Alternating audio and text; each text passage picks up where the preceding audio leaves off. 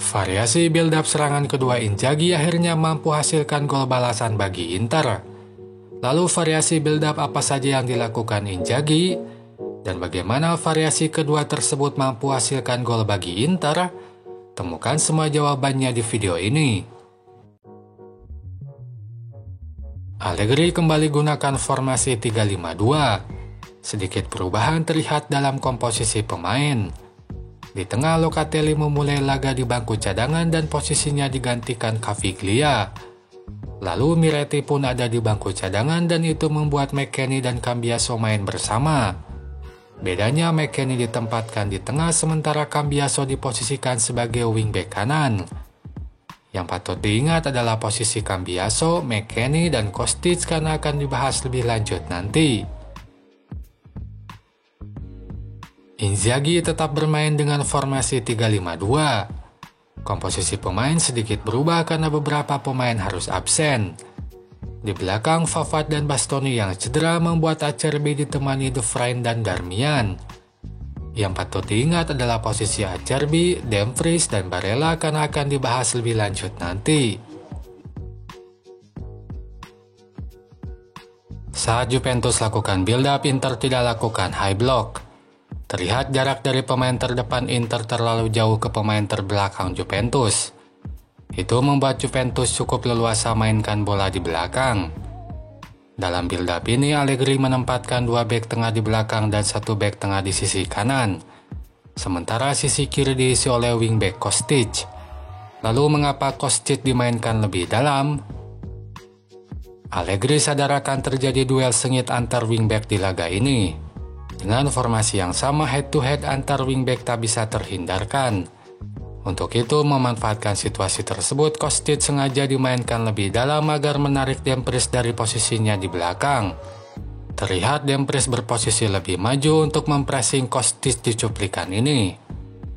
Nah, majunya Dumfries tersebut akan membuat ruang yang lebih lega bagi Chiesa untuk mengeksploitasi sisi lapangan. Sebab di atas lapangan Chiesa hampir selalu melebar di sisi kanan pertahanan. Pada cuplikan ini saat Dumfries maju menekan Kostic, Chiesa punya ruang yang lebih luas untuk berkreasi.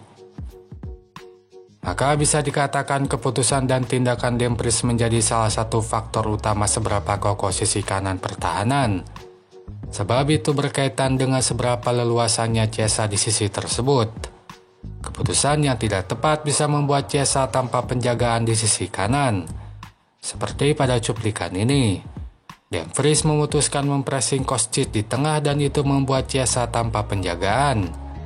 Sebaliknya, bila keputusannya tepat, Chiesa bisa terkawal bahkan oleh 2 pemain yaitu Dumfries dan Darmian. Itu membuat Chiesa sulit berkreasi di sisi tersebut. Itu juga yang terjadi di gol Juventus. Dumfries meninggalkan posisinya di sisi kanan dan mengambil bola di tengah.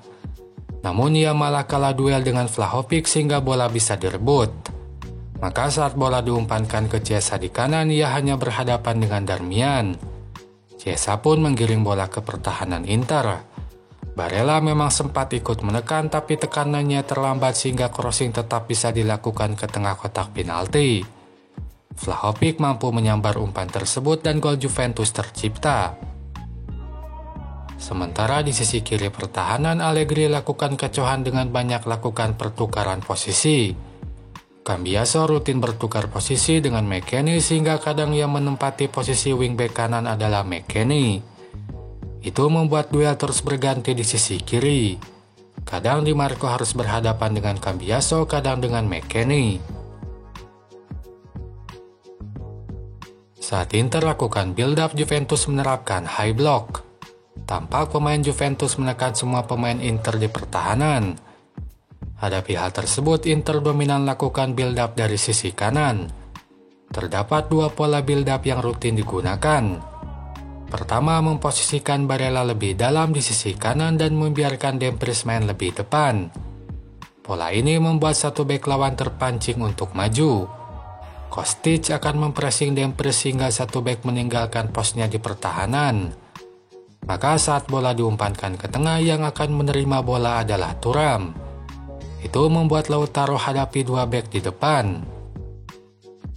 Nah, pola kedua yang lebih efektif. Pola ini dilakukan dengan memposisikan Dumfries lebih dalam di sisi kanan dan membiarkan Barella main lebih depan. Situasi tersebut membuat dua bek lawan meninggalkan posisinya di pertahanan, sebab Kostic mempressing Dumfries dan Barella di pressing Rugani. Itu membuat di depan 2 lawan 2 terjadi. Thuram dan Lautaro hadap-hadapan dengan masing-masing satu bek. Tentu situasi ini lebih menguntungkan bagi Inter. Maka tidak heran pola kedua lebih rutin dilakukan. Hasilnya gol balasan Inter pun tercipta dari pola kedua. Dumfries main lebih dalam sementara Barella berposisi lebih depan. Itu membuat dua bek lawan terpancing meninggalkan posnya di pertahanan. Pada cuplikan ini Kostic maju dan mempressing Dumfries. Lalu Rugani maju dan menekan Barella. Itu berarti ada dua bek yang maju dan meninggalkan pertahanan. Maka di depan pun situasi 2 lawan 2 kembali terjadi. Untuk itu dengan cepat Barella mengumpankan bola ke Thuram. Thuram mampu meraih bola dan gocekannya mengecoh Bremer.